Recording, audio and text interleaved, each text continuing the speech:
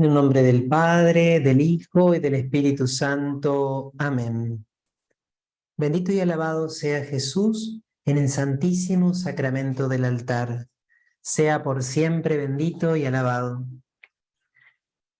Te adoramos, Jesús, te damos gracias. Gracias por revelarnos el amor del Padre.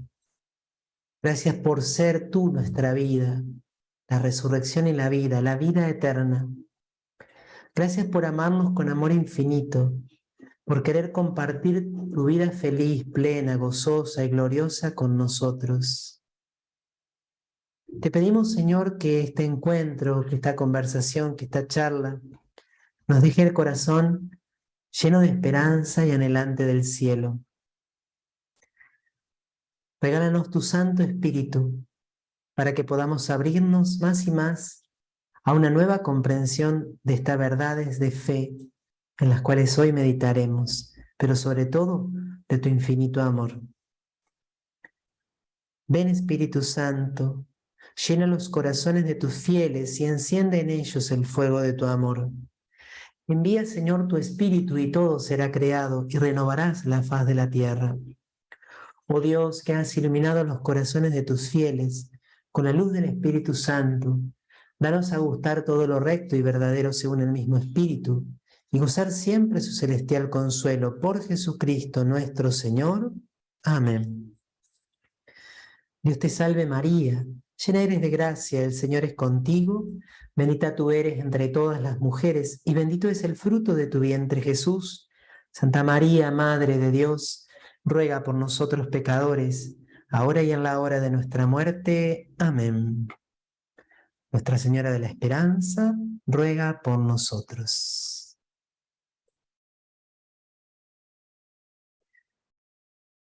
Bueno, muy buenas noches para todos. Bienvenidos a esta charla, a esta conversación que vamos a compartir en esta noche, en estos días tan especiales, tan cercanos a la Semana Santa que para todos tiene un significado tan pero tan especial y que nos habla tanto de esta vida eterna a la cual Dios nos llama.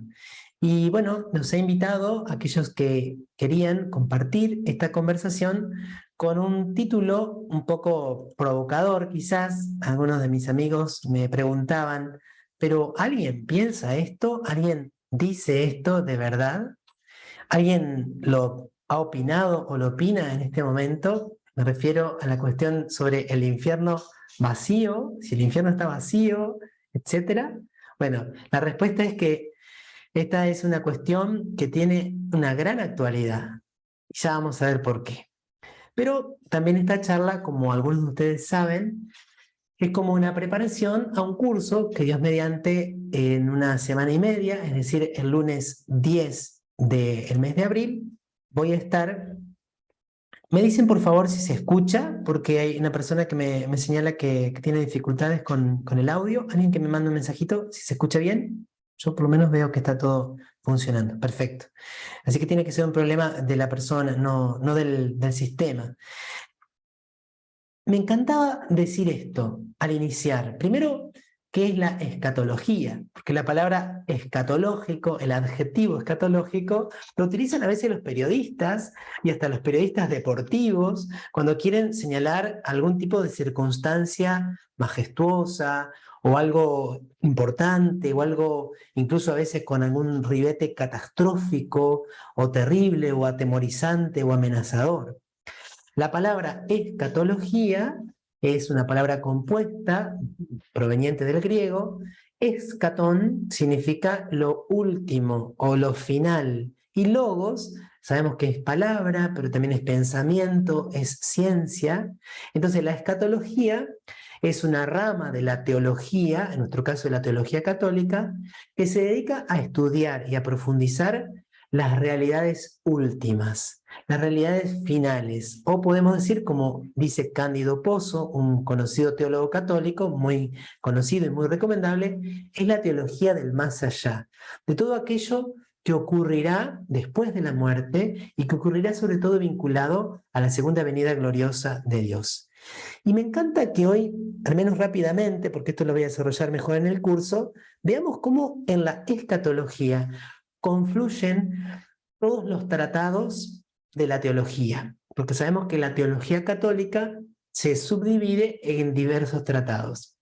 El tratado de Dios uno y trino, este vínculo, esta relación subsistente que son las personas divinas, Padre, Hijo y Espíritu Santo, una comunión eterna de amor.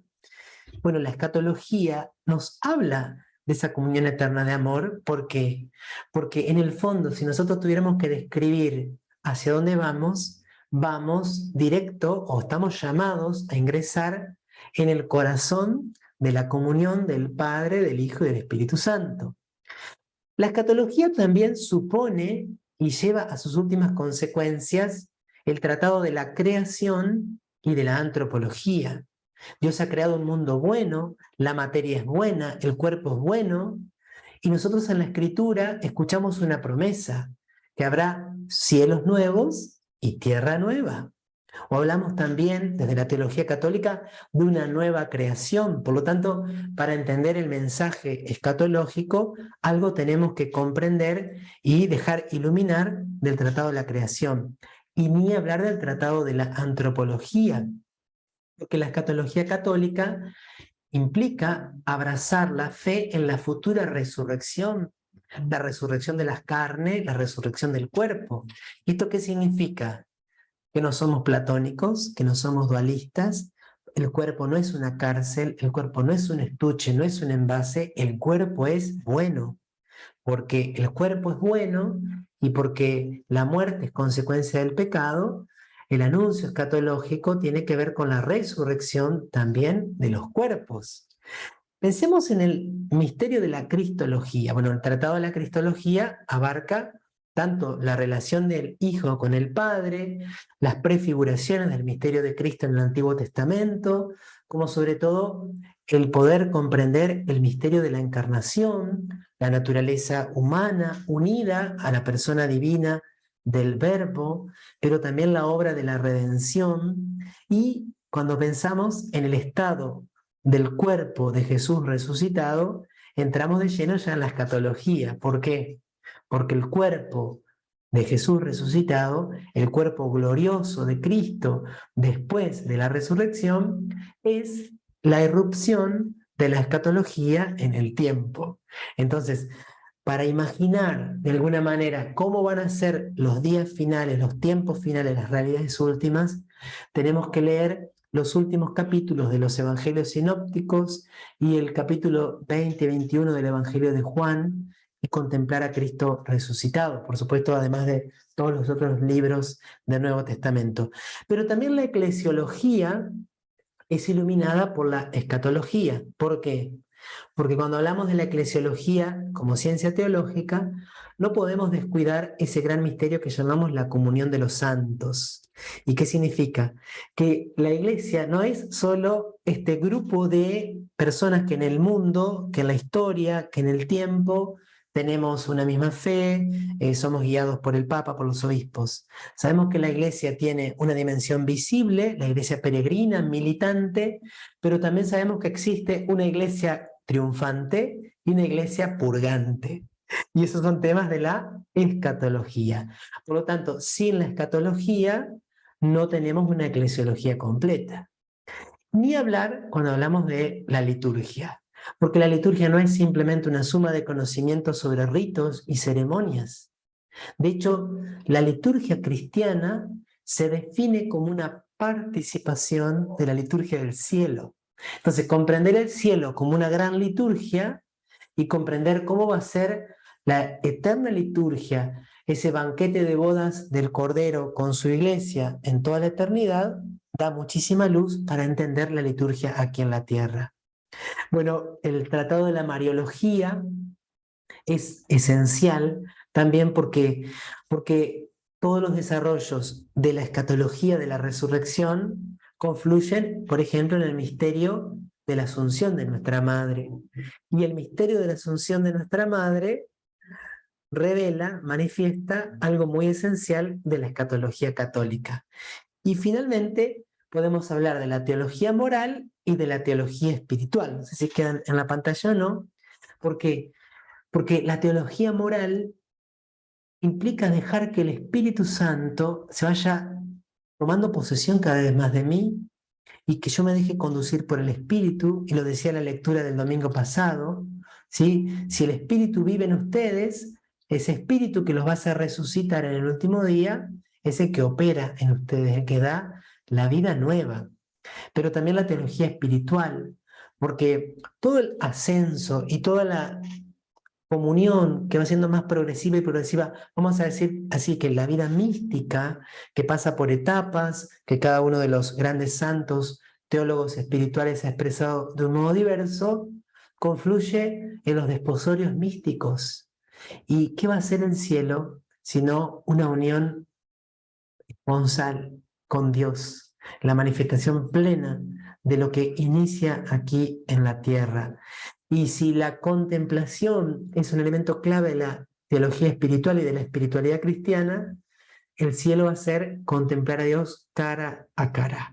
Por eso ha quedado allí en el centro, porque en el fondo, para entender plenamente la escatología católica, teníamos que hacer una mirada general a todos los tratados, pero al mismo tiempo, para comprender plenamente los demás tratados, no podemos dejar de lado la dimensión escatológica.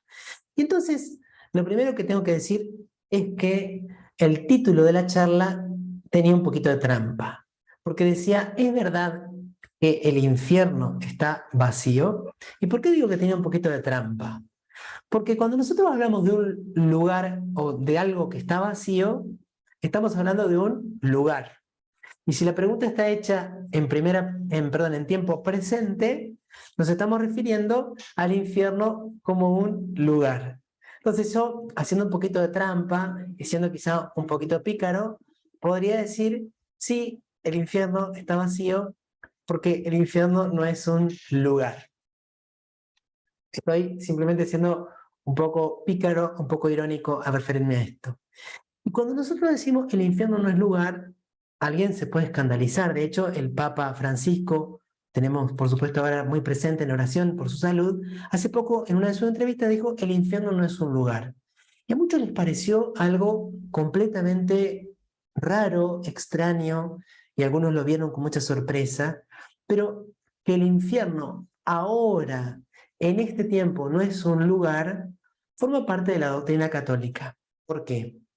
Porque recordemos dos definiciones, una es de Juan Pablo II y una es del Catecismo de la Iglesia. Dice Juan Pablo II en una catequesis de la cual vamos a ir comentando en esta charla. El infierno, más que un lugar, indica la situación en que llega a encontrarse quien libre y definitivamente se aleja de Dios, manantial de vida y alegría. Y dice el Catecismo, este estado de autoexclusión definitiva de la comunión con Dios y con los bienaventurados es lo que se designa con la palabra infierno. Juan Pablo II habla de una situación y el Catecismo habla de un estado. Y esto es completamente verdadero, válido y cierto en este momento en que nosotros vivimos, donde hablamos de una escatología intermedia. Estas son expresiones un poco técnicas, pero si les interesó la charla, les interesó el tema, no se van a ofender que use alguna palabra técnica, no van a ser demasiadas en esta charla. ¿Qué significa escatología intermedia? Que nosotros todavía estamos en la historia. La consumación de la escatología se va a dar cuando Cristo retorne. ¿Qué va a pasar cuando Cristo retorne? Eso lo vamos a profundizar en el curso. Cristo va a retornar gloriosamente, todos los muertos van a resucitar, es decir, que los cuerpos van a volver a unirse a las almas van a volver a unirse a los cuerpos, se va a dar el juicio final, el establecimiento definitivo del reinado de Cristo y los cielos nuevos y la tierra nueva. Entonces, hay una respuesta muy sencilla. ¿Por qué el infierno ahora no es un lugar? Porque estamos hablando de almas separadas, almas que no tienen cuerpo. Por lo tanto, si no hay cuerpo, no podemos hablar de un lugar, no podemos hablar de un lugar físico. Una persona me señala que no escucha. Si alguien, por favor, de nuevo en el chat puede indicarme si se está escuchando, les voy a agradecer. Entonces, hoy podemos decir el infierno no es un lugar, sí, así como también podemos decir el cielo no es un lugar, ¿Por qué no es un lugar? Porque hoy, muchas gracias a aquellos que han colocado en el chat. El cielo no es un lugar porque hoy hablamos de almas, ¿sí? Aunque hay una gran diferencia, que ya hay dos que con sus cuerpos participan de la gloria, que es Jesucristo nuestro Señor y la Santísima Virgen. María, asunta a los cielos, con su cuerpo, Jesucristo en su naturaleza humana, que es verdadero hombre, también con su cuerpo. Y acá entraría otro análisis que es, incluso pensando en la futura resurrección, ¿qué tipo de realidad física van a tener los cuerpos gloriosos? Ese es otro tema. Pero, esto es muy importante, cuando el catecismo habla de la resurrección, ese misterio que llamamos creo en la resurrección de la carne, se pregunta, ¿quién resucitará? Todos los hombres que han muerto. Y aquí una cita textual del Evangelio de Juan. Los que hayan hecho el bien resucitarán para la vida y los que hayan hecho el mal para la condenación. Por lo tanto, tenemos que decir que en la escatología definitiva, después de la segunda venida gloriosa de Jesús y de la resurrección, podemos decir sí que el infierno va a tener algún tipo de connotación física, algún tipo de connotación material, porque van a ser cuerpos glorificados. Entonces, ahora sí, vamos a formular la pregunta, pero ya la vamos a formular con un lenguaje que en el fondo es más adecuado. ¿Es verdad que todos se salvan y nadie se condena? Es lo mismo que decir, es verdad que el infierno está vacío, pero en un lenguaje más preciso. Porque en el fondo, cuando alguien pregunta si el infierno está vacío, lo que se está preguntando es esto. ¿Por qué me ha parecido un tema valioso? Primero porque este tema fue abordado por los padres de la Iglesia y hay un gran padre de la Iglesia. Algunos dicen que Orígenes de Alejandría es la mente más brillante de toda la historia de la Iglesia. El Papa Benedicto XVI tiene unas catequesis sobre Orígenes y lo describe como alguien increíblemente brillante y que hizo un aporte al desarrollo de la teología católica invaluable. Es como, de alguna manera, dicen algunos, el padre de la teología sistemática, pero es un gran conocedor de la Escritura. Es una persona que tenía una unión con Dios increíble. Sin embargo, y aquí una de las paradojas de la providencia de Dios, Orígenes de Alejandría no es santo. Y tampoco, y estoy siendo un poco impreciso, no se lo puede considerar padre de la Iglesia, sino escritor eclesiástico muy, pero muy importante. ¿Por qué? Por un lado, por algún tipo de decisiones que tomó en su vida personal, pero porque Orígenes afirmaba la doctrina de la apocatástasis. ¿Qué significa apocatástasis? Sería como una renovación total, como una especie de restauración última de todo. Orígenes, interpretando algunas frases de las cartas de San Pablo, por ejemplo, cuando dice que el Dios será todo en todos y que todo será puesto bajo los pies de Cristo y Cristo entregará el mundo al Padre, Orígenes, quizá dejando de lado otros textos que están muy presentes en la doctrina del infierno, pensaba y proponía que de alguna manera, cuando venga Jesús, incluso los que fueron condenados en esta escatología intermedia, también van a poder entrar en el cielo. Y entonces la Iglesia, luego, unos años después, condenó esta teoría de la apocatástasis, o de la renovación o restauración o recapitulación de todo. De modo que esto fue formulado, es un problema auténtico que trató la Iglesia antigua. Pero también hubo posturas teológicas contemporáneas. Y hay un autor, un gran teólogo del siglo XX, algunos también dicen que es el más grande teólogo del siglo XX, Hans Urs von Balthasar, muy querido también, muy considerado por el Papa Juan Pablo II, que de hecho lo habían nombrado cardenal, que en uno de sus escritos llega a plantear la esperanza de que todos se salven, la esperanza de que todos lleguen al cielo. Claro, cuando él lo postula, citando a algunos padres, incluso citando a algunos otros teólogos que él decía que pensaban esto, empieza a recibir innumerable cantidad de ataques, como si él negara la existencia del infierno o negara que hubiera personas condenadas. Y bueno, von Balthasar se defendió de esas acusaciones porque él de ninguna manera quería estar fuera de la doctrina de la Iglesia, pero el tema quedó planteado. Sobre todo quedó planteado con esto de el deseo o la esperanza o el anhelo o la oración por la salvación de todos. Lo cierto es que textualmente von Balthasar nunca dijo que no hay nadie en el infierno o que el infierno no existe. Pero bueno, algunas de sus frases expresaban tanto el anhelo de la salvación de todos que pudieron ser malinterpretadas y tuvo que salir en su defensa. Si a alguno le interesa, puede encontrar artículos súper interesantes sobre esta controversia que es ya del siglo XX. Ahora, a mí lo que me mueve más a dar esta charla hoy y a tratar los temas de la escatología es que, de hecho, la afirmación de que todos se salvan y de que el infierno está vacío parece deducirse o colegirse de la predicación que muchas veces los sacerdotes o los diáconos o los ministros laicos de las exequias hacemos cuando despedimos a algún difunto. Y aquí voy a contar una anécdota muy rápidamente. Me ocurrió una vez en algún lugar donde fui sacerdote que un hombre había matado a su esposa y había matado a su hijo y se había suicidado.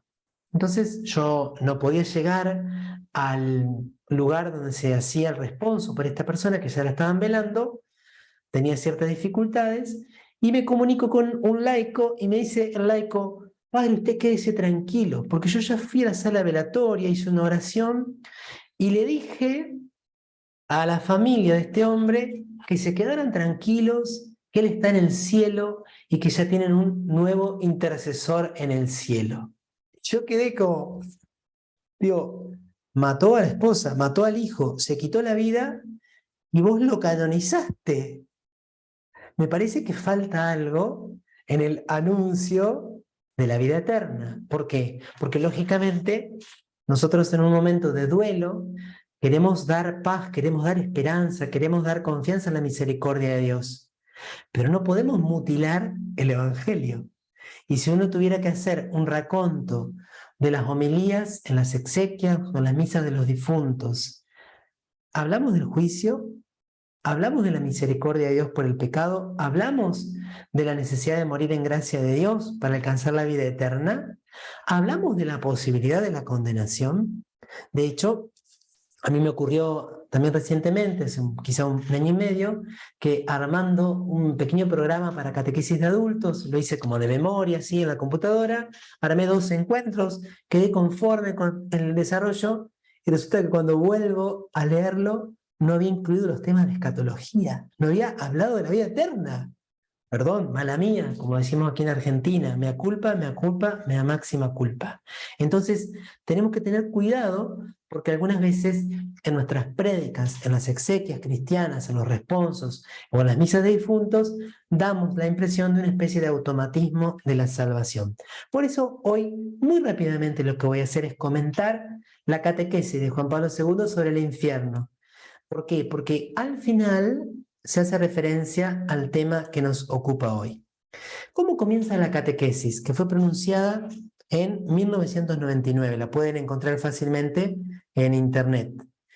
Dios es Padre infinitamente bueno y misericordioso. Ese es el corazón del Evangelio, el amor de Dios, la bondad de Dios, la misericordia de Dios. Pero, por desgracia, el hombre, llamado a responderle en libertad, porque Dios ha querido correr el riesgo de que el hombre quedara también en libertad para amarlo, porque Dios no quería esclavos, porque Dios no quería simplemente que todas las criaturas lo honraran y le dieran gloria de manera automática o de manera irracional. Dios nos hizo libres para poder ser amigo, para poder ser esposo, para poder hacer alianza. Y nosotros, llamados a responderle en libertad, podemos elegir rechazar definitivamente su amor y su perdón. Y podemos elegir, y esta es la tragedia y al mismo tiempo la grandeza de la vida humana y de la libertad, renunciar para siempre a la comunión gozosa con Él. Dios invita a la comunión gozosa con Él. Dios, como lo dice también una de las cartas de San Pablo, quiere que todos los hombres se salven.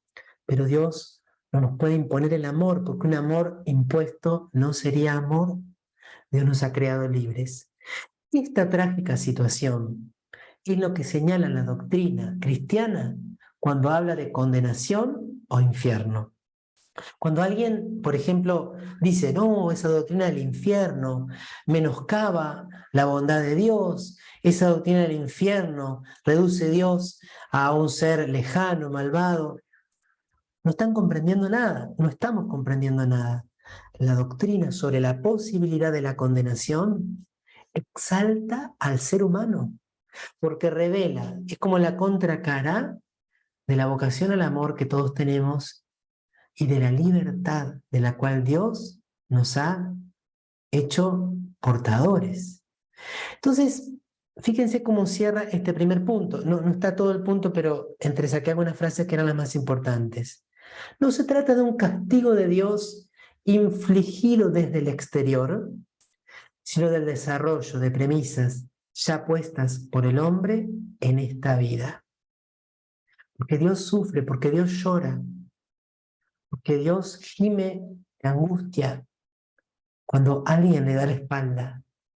Cada vez que yo elijo pecar, cada vez que elijo el pecado mortal o permanecer en pecado mortal, Dios respeta la libertad. ¿Cuántos de nosotros quizá podemos imaginar aquí a ese Padre misericordioso que ve al hijo menor partir de la casa con dolor, con tristeza, con angustia?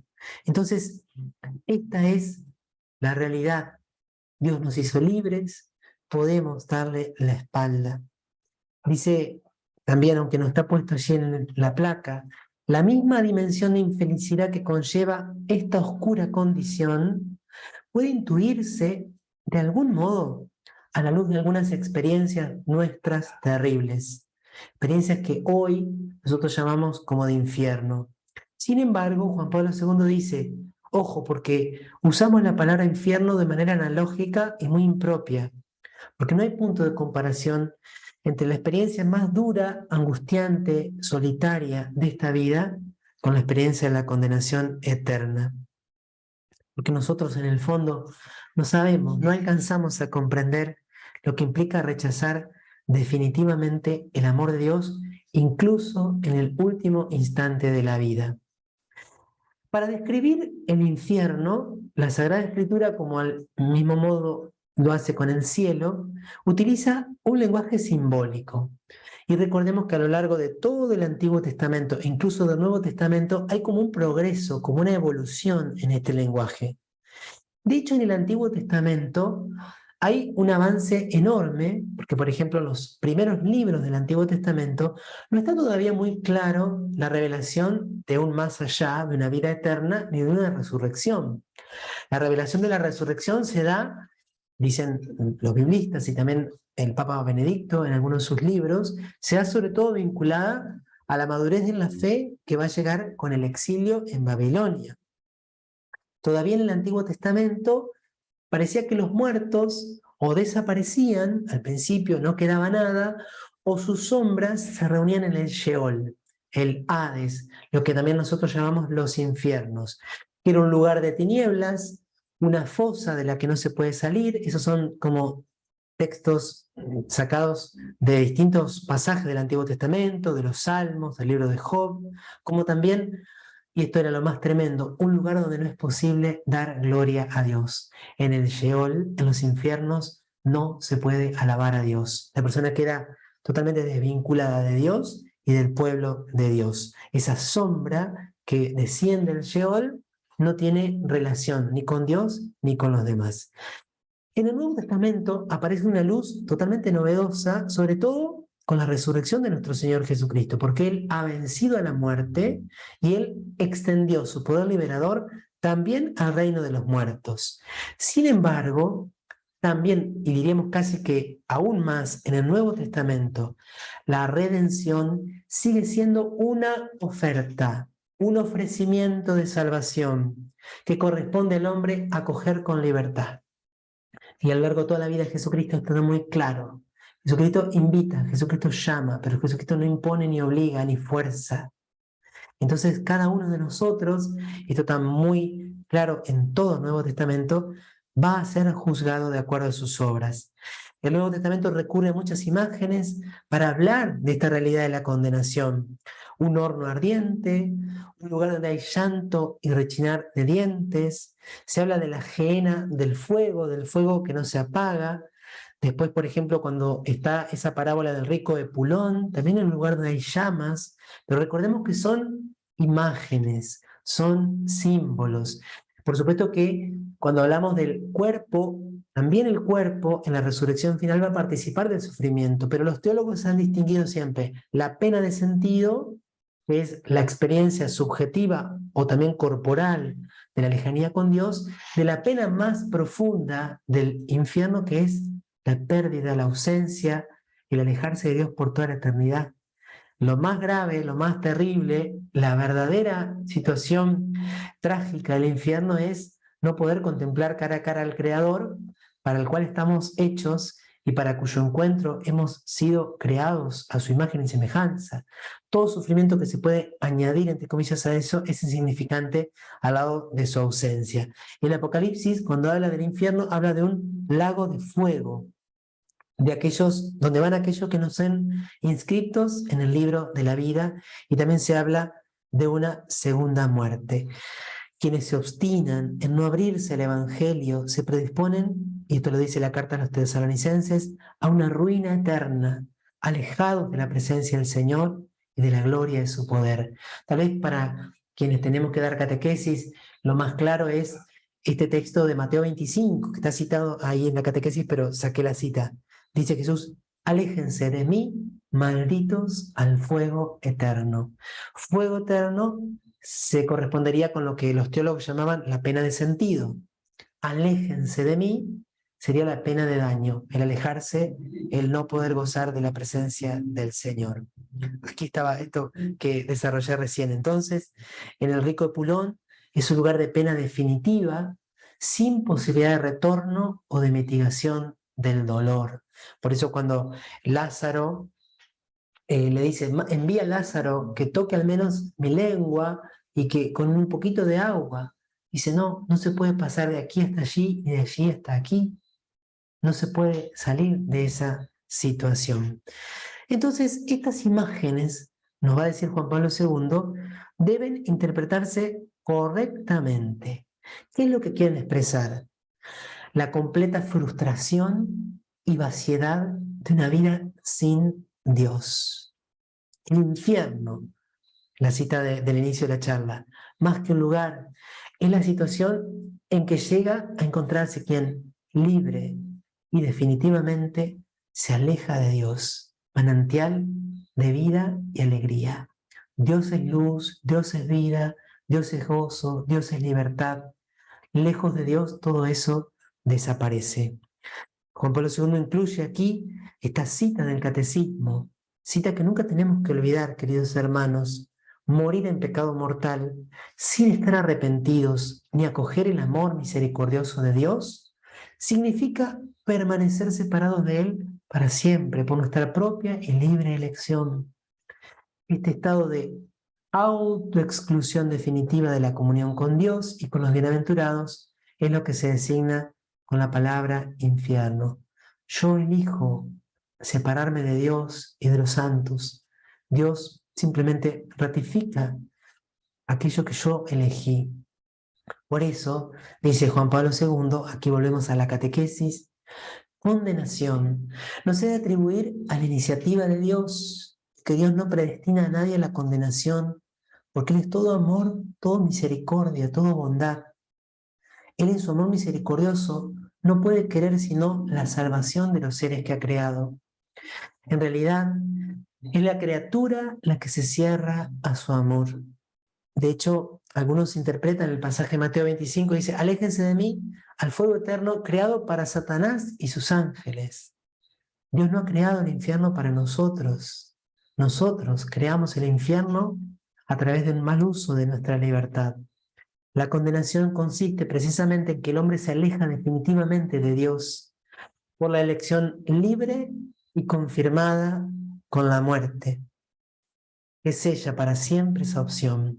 La muerte ratifica las elecciones que nosotros hemos hecho hasta el último instante de nuestra vida. Queda sellada. Ya no puedo revertir después de la muerte mi elección. La sentencia de Dios ratifica ese estado. Entonces, vamos llegando al final y a intentar, al menos someramente, dar una respuesta, porque alguno me está escuchando y va a decir, el padre puso un título en la charla y hasta ahora no respondió a la pregunta. La fe cristiana enseña que en el riesgo del sí y del no que caracteriza la libertad de las criaturas, alguien ha dicho ya no. Se trata de las criaturas espirituales que se rebelaron contra el amor de Dios y a las que se llama demonios.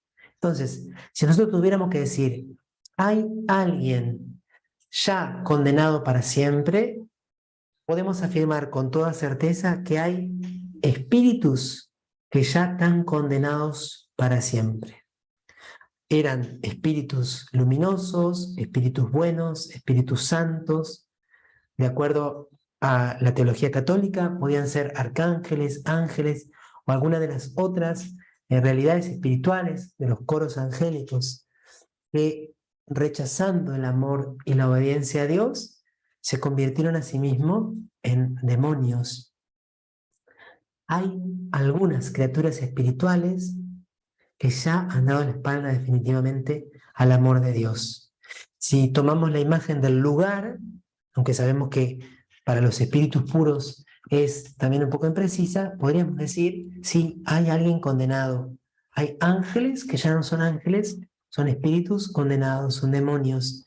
El infierno no está vacío porque ya hay alguien que ha dado la espalda definitivamente al amor de Dios. Para nosotros, los seres humanos, todos los que estamos escuchando esta charla, todos nuestros hermanos que hoy amamos y a quienes quisiéramos llevar a la luz del Evangelio, esta historia de estas criaturas resuena como una advertencia. Nos exhorta continuamente a evitar la tragedia en la que desemboca el pecado y a vivir nuestra vida según el modelo de Jesús, que siempre dijo sí a Dios. Y aquí podríamos hablar del sí de María. Recuerden que la tradición ha puesto en boca de Lucifer ese non serviam, no te serviré, no serviré a tu plan, no serviré a tu proyecto de amor.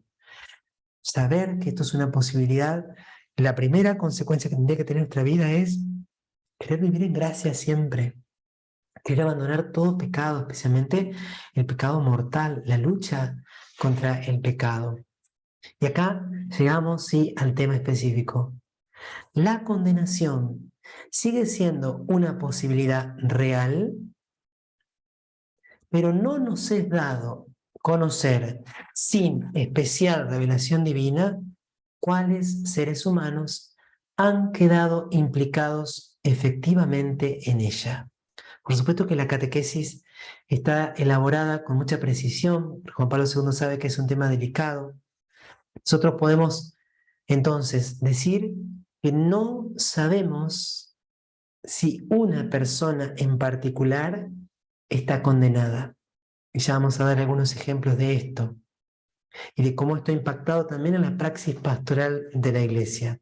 Sin embargo, dice Juan Pablo II, no nos es dado cuáles seres humanos han quedado implicados efectivamente en ella. En la forma en que lo expresó, parece dar a entender como que sí hay algunos que ya han quedado implicados efectivamente en ella. Que ya hay algunos seres humanos, personas humanas, que han dado la espalda definitivamente al amor. El pensamiento del infierno, y mucho menos la utilización impropia de las imágenes bíblicas, no debe crear psicosis o angustia, pero representa una exhortación necesaria y saludable a la libertad, dentro del anuncio de que Jesús resucitado ha vencido a Satanás, dándonos el Espíritu de Dios que nos hace invocar a Abba, Padre. Algunos de ustedes seguro han hecho ejercicios ignacianos. San Ignacio dice allí, para que si del amor de Dios me olvidase, que al menos el temor de la condenación me lleve a abandonar el pecado. Creo que era Juan 23, o ahora no recuerdo si era León 13, dice, bajen los cristianos alguna vez al infierno a través de su oración y su meditación para que no tengan que descender en él eternamente.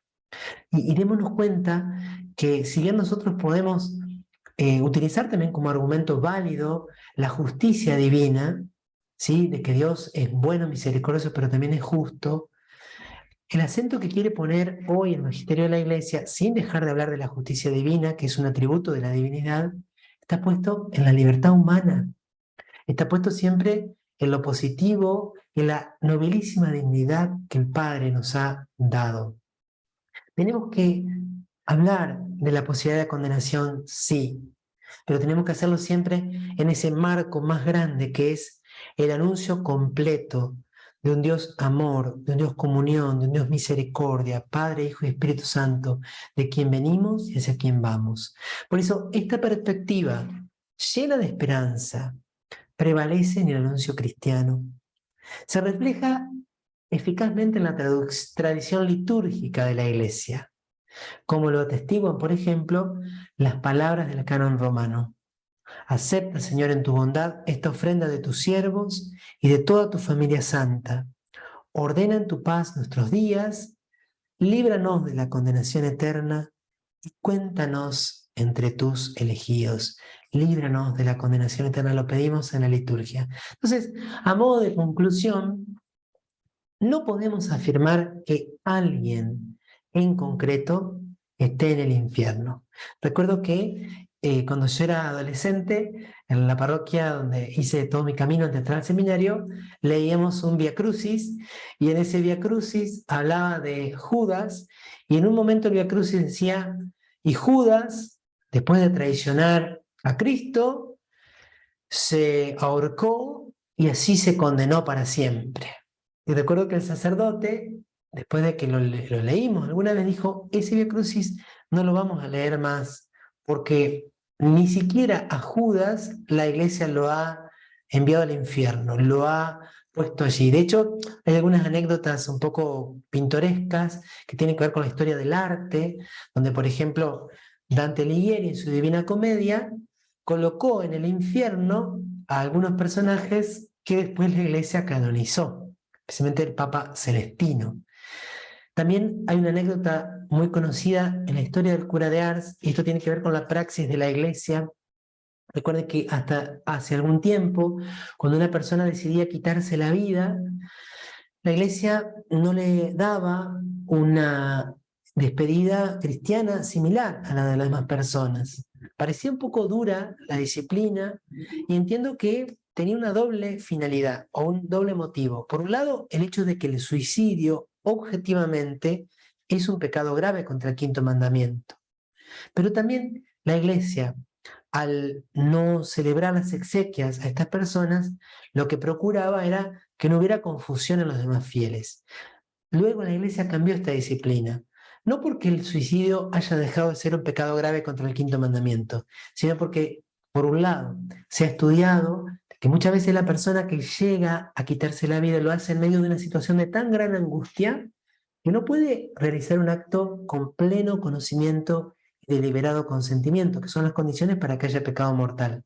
Pero también hay una anécdota muy conocida del cura de Ars, de aquella mujer que con un enorme dolor, con una gran angustia, fue a verlo al cura, al santo cura, allí a ese pequeño pueblo de Francia en el siglo XIX, porque su esposo se había quitado la vida arrojándose del puente. Y el cura de Ars, como una especie de revelación divina en ese momento, le dijo que su esposo, en el trayecto del puente hacia donde había caído y había perdido la vida, se había arrepentido y le había pedido perdón a Dios, y Dios lo había perdonado. Y esto nos habla de que Dios ofrece la salvación hasta el último instante. Nos encanta decir, para dar esperanza, Dios golpea las puertas de tu corazón hasta el último momento. Tal vez algunos de nosotros tenemos familiares, amigos cercanos que se han quitado la vida, tal vez incluso tenemos familiares a quienes le hemos ofrecido la visita de un sacerdote, la visita de alguien que vaya a dar los últimos sacramentos y lo rechazaron, lo rechazaron, lo rechazaron. Tal vez tenemos amigos que murieron de manera repentina en un accidente o de otra forma y que vivían lejos de Dios, incluso habían renegado de la fe. No perdamos la esperanza. Tenemos un Dios experto en ser misericordioso. Y Dios seguro, y a cada uno de nuestros hermanos le ha brindado la posibilidad de decir un sí, aunque durante toda su vida se han hecho un no. Lo cual no quiere de ningún modo dar a entender como que ese tipo de vida o de muerte sea lo ideal. Lo ideal es vivir en gracia de Dios, lo ideal es tener una muerte preparada, como lo han pedido siempre los santos, pero para nadie tenemos que desesperar. Y la anécdota de San Vicente Palotti es que él, cuando existía la pena de muerte, había acompañado a un condenado a muerte hasta el lugar de la guillotina y le había instado a convertirse, le había mostrado la cruz, le había dicho que se arrepiente de sus pecados, que estaba a punto de presentarse delante del juicio de Dios. Y esto me lo rechazó, lo rechazó, lo rechazó, lo rechazó, escupió el crucifijo, blasfemó, insultó al sacerdote, cae la guillotina y parece que Vicente Palotti, en el deseo de catequizar a ese pueblo que estaba reunido allí, como solía suceder, le dijo, tomó la cabeza de esta persona ya sin vida y le dijo, vean, esta es la cara de un condenado. Y cuentan que en el proceso de canonización de Vicente Palotti, ese hecho fue un obstáculo para su canonización, porque de algún modo hizo aquello que la Iglesia nunca hizo ni hará, que es decir, esta persona está condenada.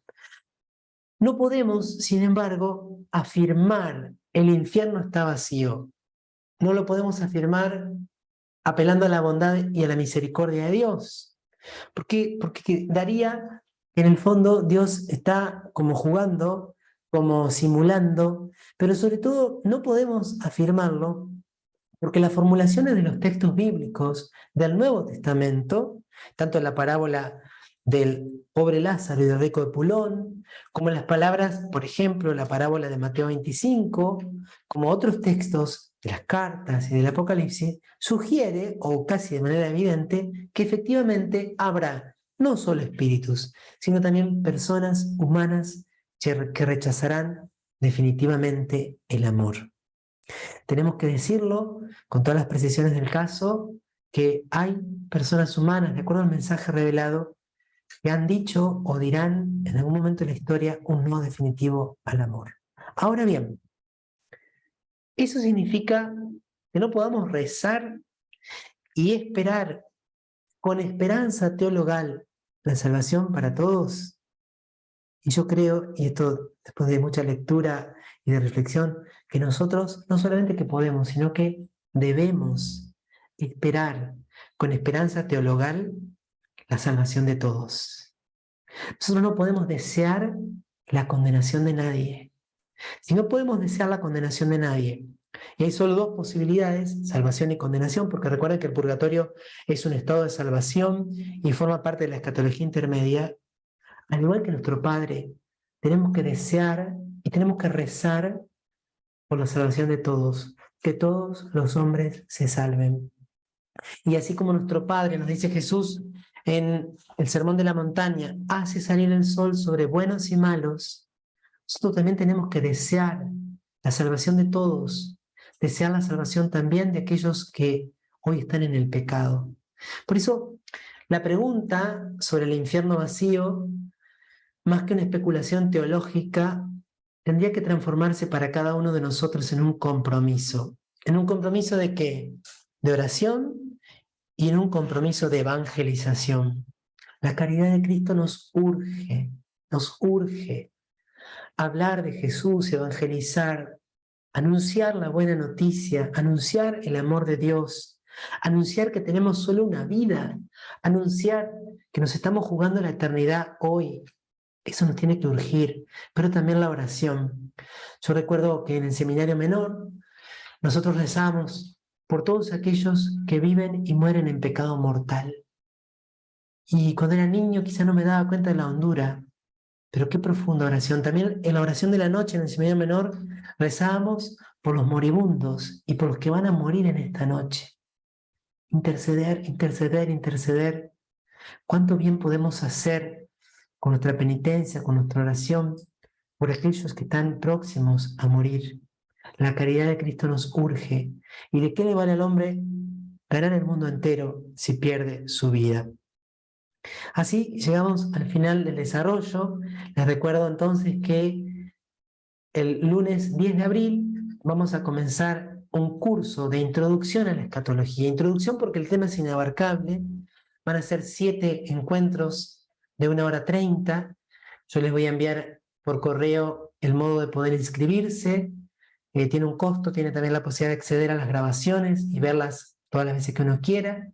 Los encuentros serán los lunes, los miércoles y viernes de 15 a 16:30, con material de estudio y con la posibilidad de interactuar al final de la clase, como lo vamos a hacer ahora. Pero ahora quiero hacer un gloria y finalizar la grabación. Eso es lo que voy a subir luego, para que en el momento de la interacción podamos hacerlo libremente, porque nos va a quedar grabado. Rezar, vamos a rezar. Recemos hoy por quienes van a morir en esta noche. Recemos para que el Señor nos conceda la gracia más importante, que es la gracia de una buena muerte, de la perseverancia final. Recemos para que para que se cumpla el deseo de nuestro Padre, nuestro Dios, que quiere que todos los hombres se salven, para que los corazones nuestros y de los demás no se endurezcan en el pecado, sino que se abran más y más a la misericordia. Se lo pedimos a nuestro querido Padre San José, que es patrono de la buena muerte.